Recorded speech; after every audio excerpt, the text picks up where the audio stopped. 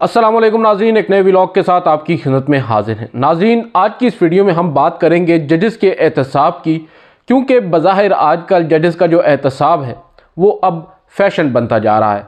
आपको मालूम ही है, जस्टिस मज़ाहिर अली अकबर नकवी को एक शोकाज नोटिस यानी इजहार वजूह का नोटिस जारी किया है सुप्रीम जुडिशल कौंसिल ने, और उसके बाद अब उनसे 14 रोज़ में जवाब तलबी की जा रही है। इसी के साथ अब एक नया रेफरेंस फाइल हो चुका है, जिसको हम रेफरेंस नहीं एक शिकायत कहेंगे।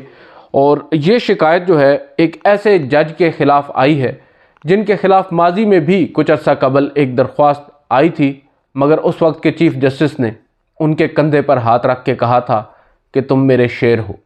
अब उसी शेर को एक मरतबा फिर ख़तरे का सामना है।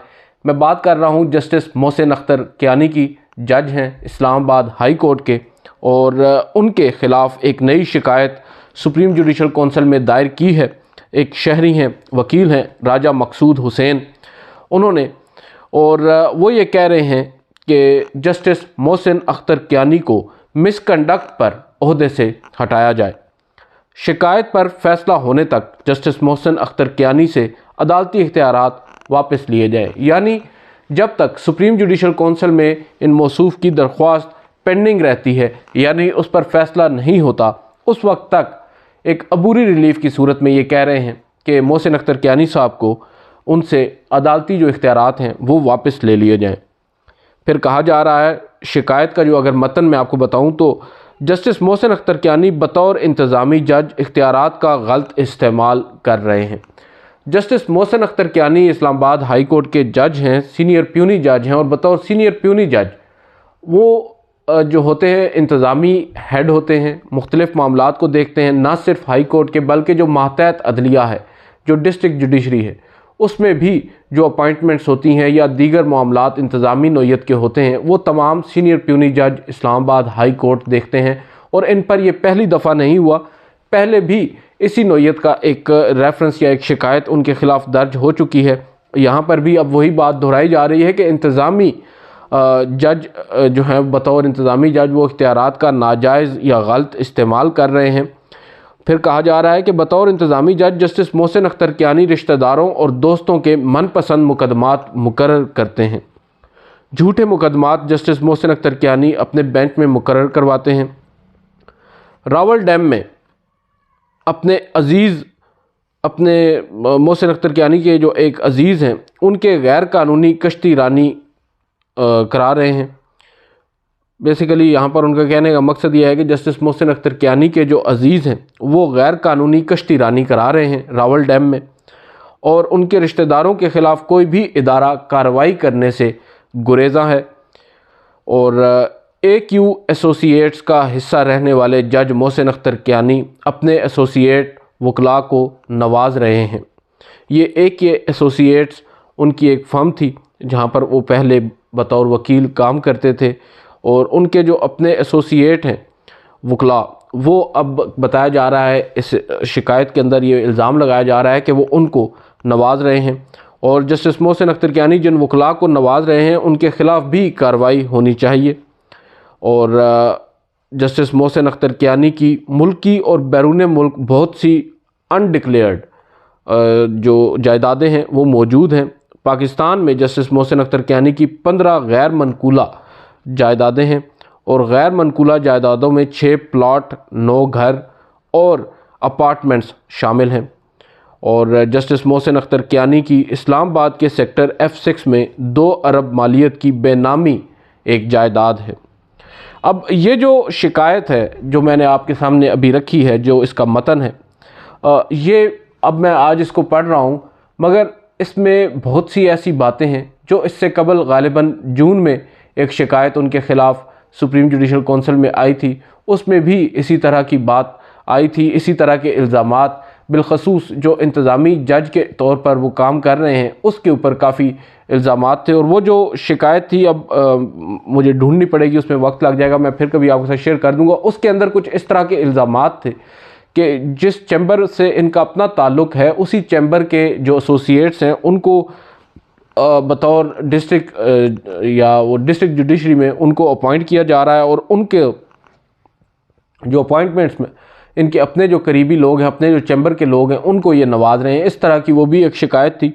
और इसकी तरह मेरे ख्याल से इनके ख़िलाफ़ ये 2 शिकायतें नहीं हैं, बल्कि 2 से ज़ायद जस्टिस मोहसिन अख्तर कियानी साहब के ख़िलाफ़ शिकायत हैं। और दिलचस्प बात तो ये है कि जब मोहसिन अख्तर कियानी साहब मुक़्तदर हलकों की नाराज़ी जब इन्होंने मोल ले ली, तो उसके बाद उनके ख़िलाफ़ एक बाकायदा मुहिम जो ही शुरू हुई। और उस वक्त के जो चीफ़ जस्टिस थे, जस्टिस उमर अता बंदयाल, उन्होंने हमें एक मीटिंग में ये ख़ुद बात बताई कि जस्टिस काजी अमीन के नमाज जनाजा पर मैंने उनके कंधे पर हाथ रखा, यानी जस्टिस मोहसिन अख्तर कियानी के कंधे पर हाथ रख कर कहा कि तुम हमारे शेर हो, डटे रहो। और क्योंकि काफ़ी ज़्यादा प्रेशर्स और काफ़ी ज़्यादा चीज़ें होती हैं, और ये बहुत सी ऐसी बातें थी, कुछ पस मंज़र में बहुत कुछ चल रहा होता है। जो बातें हमसे हुई हैं उससे हम यही तासुर ले रहे थे कि Justice Mohsin Akhtar Kiyani is under immense pressure. और अब शायद ये जो तासुर एक बन रहा था कि जस्टिस काजी फ़ाइज़ ईसा के आने के बाद जो जजेस के ख़िलाफ़ बेबुनियाद या आप कह सकते हैं कि बदनीयती पर मबनी शिकायत हैं, इनका सिलसिला बंद होगा। आपको मालूम ही है 2 रोज़ कबल जब जस्टिस मज़ाहिर अली अकबर नकवी के ख़िलाफ़ शिकायत पर समाअत हो रही थी या प्रोसीडिंग्स हो रही थी, उसका एक एलामिया जो जारी किया गया, उस एलामिये में बाज़ाब्ता तौर पर यह कहा गया है कि इस तरह की जो फ्रिवलेस किस्म की एप्लीकेशंस हैं या शिकायत हैं वो दायर न की जाएं। वकला को उन्होंने तंबीह की थी। और आज फिर इसी तरह की एक और दरख्वास्त ये जिनका नाम है राजा मकसूद साहब, इन्होंने दायर की है। अब देखना होगा कि क्या इस दरख्वास्त को एंटरटेन किया जाएगा या फिर इन वकील मौसूफ को तलब किया जाएगा और उनसे पूछा जाएगा, और जो उनके इल्ज़ामात, जो अगर अभी तक तो क्योंकि वो सिर्फ इल्ज़ामात हैं, अगर उनके पास उनके सपोर्ट में कोई डॉक्यूमेंट्स नहीं है तो फिर क्या उनके ख़िलाफ़ भी कार्रवाई होगी, क्योंकि ये सिलसिला तो अब बंद होना चाहिए। इससे कबल खैबर पख्तूनख्वा बार के एक वकील हैं मुर्तज़ा कुरैशी, उन्होंने इसी नोयत की एक शिकायत जस्टिस मोहसिन अख्तर कियानी साहब के ख़िलाफ़ दायर की थी, जो बेनतीजा ही निकली। हमारे सामने अभी तक उसमें कोई डेवलपमेंट नहीं आई, क्योंकि बज़ाहिर नज़र यही आ रहा है कि ये पॉलिटिकली मोटिवेटेड ही शिकायत हैं। अब काजी फ़ाइज़ ईसा साहब ने गुज़िश्ता इजलास में न सिर्फ काजी फ़ाइज़ ईसा साहब बल्कि उनके साथ दीगर जो 4 शख्स मौजूद थे, 4 मेंबरान मौजूद थे, उन सब ने ये अपने एलामिया में लिखा है कि इस तरह की जो शिकायत हैं उनसे गुरेज़ किया जाना चाहिए और तंबीह की है। देखते हैं इस पर अब मज़ीद क्या होता है आगे। इसके अलावा जो बड़ी ख़बर है वो ये है कि सुप्रीम कोर्ट बार एसोसिएशन के इंतखाबात जो हैं वो अब आन पहुँचे हैं। कल का दिन इंतहाई अहम है, 31 अक्टूबर। और जो सुप्रीम कोर्ट बार एसोसिएशन के इंतखाबात होते हैं, बहुत से लोग ये मानते हैं कि उनका जो आप कह सकते हैं असर होता है वो न सिर्फ अदलिया या अदलिया की जो सियासत है उस पर, बल्कि जो मुल्की सियासत है उस पर भी काफ़ी गहरा असर होता है। 2 ग्रुप्स हैं, एक है प्रोफेशनल ग्रुप जिसको हम आम ज़ुबान में हामिद खान ग्रुप कहते हैं, और दूसरा है इंडिपेंडेंट ग्रुप जिसको आसमा जहांगीर ग्रुप कहा जाता है। और अगर मैं थोड़ा सा और सादा कर दूं, क्योंकि जो मेरे वकला दोस्त सुन रहे हैं उनको तो मुझसे ज़्यादा मालूम है, आम नाजरीन के लिए ये बता दूं कि जो एक तासुर है वो यही आम है आजकल कि जो हामिद खान ग्रुप है वो उसकी एफिलिएशन या उसकी जो ज़्यादातर रुझान है वो पाकिस्तान तहरीक इंसाफ की तरफ है, जबकि आसमा जहांगीर ग्रुप बज़ाहिर तो वो एक इंडिपेंडेंट ग्रुप है, मगर उनका जो रुझान है या जो झुकाव है, जो अगर हम माजी करीब में जो मुख्तलिफ़ इंस्टेंसेस हुए हैं उनको देख कर अंदाज़ा लगाएं तो वो मुस्लिम लीग नवाज़ से है। तो बज़ाहिर नज़र यही आ रहा है कि पाकिस्तान तहरीक इंसाफ और मुस्लिम लीग नवाज़ का एक छोटा सा मुकाबला कल होने जा रहा है। इस पर बहुत से लोग नालाम भी होंगे मेरी इस ऑब्ज़र्वेशन से, मगर ये फैक्ट है, हम तो ये देख रहे हैं। आप देखें आज़म नज़ीर तारड़ जो इंडिपेंडेंट ग्रुप के एक सरकर्दा रहनुमा हैं, वो वज़ीर कानून रहे नून लीग के, एहसन भोन साहब को भी हम सब जानते हैं, इनका एक वाबस्तगी तो रही है और अब भी है।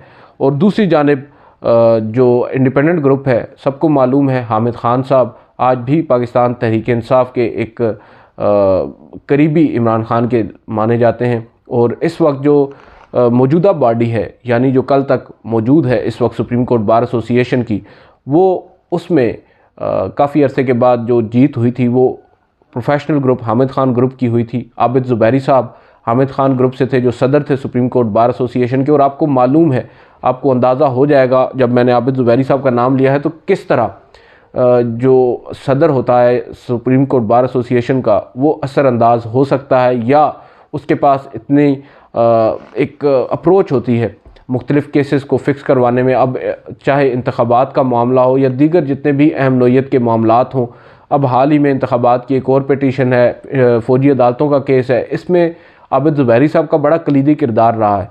और पाकिस्तान तहरीक इंसाफ को बेशक तहरीक इंसाफ वाले माने या ना माने, मगर आबिद ज़ुबैरी साहब ने काफ़ी हद तक जो रिलीफ वो पहुंचा सकते थे, दिला सकते थे, दिलाने की कोशिश की है। और उसकी वजह सिर्फ यही थी कि उनके पास ओहदा था सदारत का सुप्रीम कोर्ट बार एसोसिएशन का।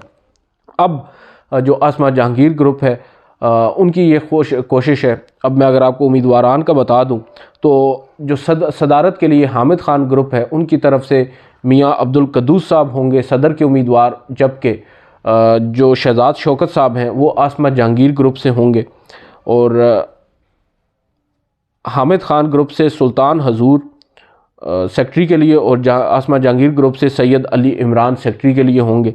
और बज़ाहिर तो ये एक छोटा सा इंतखाब होता है, इंतखाबात का मरहला बहुत जो एक प्रोसीजर है बड़ा छोटा सा है, प्रोसेस छोटा सा है, एक दिन में ही ये सारा कुछ हो जाता है। कल सुबह शुरू होगा, शाम 5 बजे तक कंक्लूड हो जाएगा, मगर इसके दूररस नताइज होते हैं, इस वजह से इम्पॉर्टेंट है। अब कल सारा दिन ये इंतखाबात होंगे और जो प्रेजेंस है अदालतों में इनकी काफ़ी कम होगी। कुल 3775 वकला हैं, अपना हक़ राय दही इस्तेमाल करेंगे। और मुल्क भर में कुल तकरीबन 12 पोलिंग स्टेशंस कायम किए गए हैं। अब देखते हैं कल के जो नताइज आते हैं, उससे अंदाज़ा होगा कि मामलात आगे किस तरफ जाते हैं, क्योंकि इस वक्त दो चीज़ें बड़ी अहम हैं। एक, जस्टिस काजी फ़ायज़ ईसा का दौर बतौर चीफ़ जस्टिस ऑफ पाकिस्तान, और वकला का किरदार बड़ा कलीदी होता है, बड़ा अहम होता है। और चीफ़ जस्टिस साहिबान की भी कोशिश होती है, ख्वाहिश होती है कि जो वकला तंजीमें हैं, जो उनकी इलेक्टेड बॉडीज़ हैं, कम अज़ कम उनकी सपोर्ट उनको हासिल हो। बज़ाहिर वो ये बात नहीं करते, मगर ये बात सबको मालूम है। जस्टिस उमर अता बंदयाल साहब के ख़िलाफ़ थी पाकिस्तान बार कौंसिल, ख़िलाफ़ ना भी कहें तो कम अज़ कम कुछ गुड टर्म्स नहीं थे, मगर सुप्रीम कोर्ट बार एसोसिएशन के साथ जस्टिस उमर अता बंदयाल ने बना कर रखी थी, और ये उनकी मजबूरी थी। अब जस्टिस काजी फ़ायज़ ईसा जो हैं, उनके साथ बज़ाहिर तो हमें नज़र यही आता है कि दोनों जो ग्रुप्स हैं वो जस्टिस काजी फ़ायज़ ईसा को एक रिस्पेक्ट देते हैं, और जब उनके ख़िलाफ़ रेफरेंस था उसमें दोनों ने उनको सपोर्ट भी किया है। मगर अगर नज़रियाती तौर पर देखा जाए तो इंडिपेंडेंट ग्रुप जो है वो ज़्यादा जो अंडरस्टैंडिंग है उनकी जस्टिस काजी फ़ायज़ ईसा साहब के साथ बनती है। अब अगर कल इंडिपेंडेंट ग्रुप कामयाब नहीं होता और प्रोफेशनल ग्रुप आता है, तो फिर क्या वही कुछ होगा जो जस्टिस आबिद ज़ुबैरी साहब के साथ होता आया? ये सब मालूम होगा, अब हमें कल तक का इंतज़ार करना होगा। आज की इस वीडियो से इतना ही, इजाज़त दीजिए, अल्लाह हाफ़िज़।